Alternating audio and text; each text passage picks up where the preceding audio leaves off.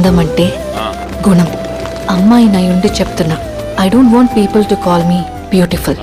దాని బదులు నీది కష్టపడే తత్వం, నీలో కరుణ ఉంది, నీకు ధైర్యం ఎక్కువ, నువ్వు తెలివైన దానివంటే నాకు సంతోషం. Address us by our qualities. MS Subbulakshmi అంటే భక్తి, అందం కాదు. మదర్ తెరెసా అంటే కరుణ, అందం కాదు. ఐన్ ర్యాండ్ అంటే తత్వం, అందం కాదు.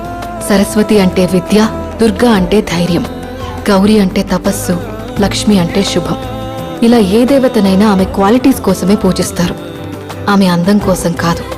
నీ గుణాలే నీ సంతకం అవుతాయి, నీ అందం కాదు. అందుకే ప్రపంచము మగాళ్ళలో కాదు, ఆడదే ఆడదాన్ని అందాన్ని దాటి చూసుకోగలగాలి. అలా అందాన్ని దాటి చూస్తే ఆడదానిలో ఒక సముద్రమే కనపడుతుంది. గుణాలతో నిండిన ఒక దేవతే దర్శనమిస్తుంది.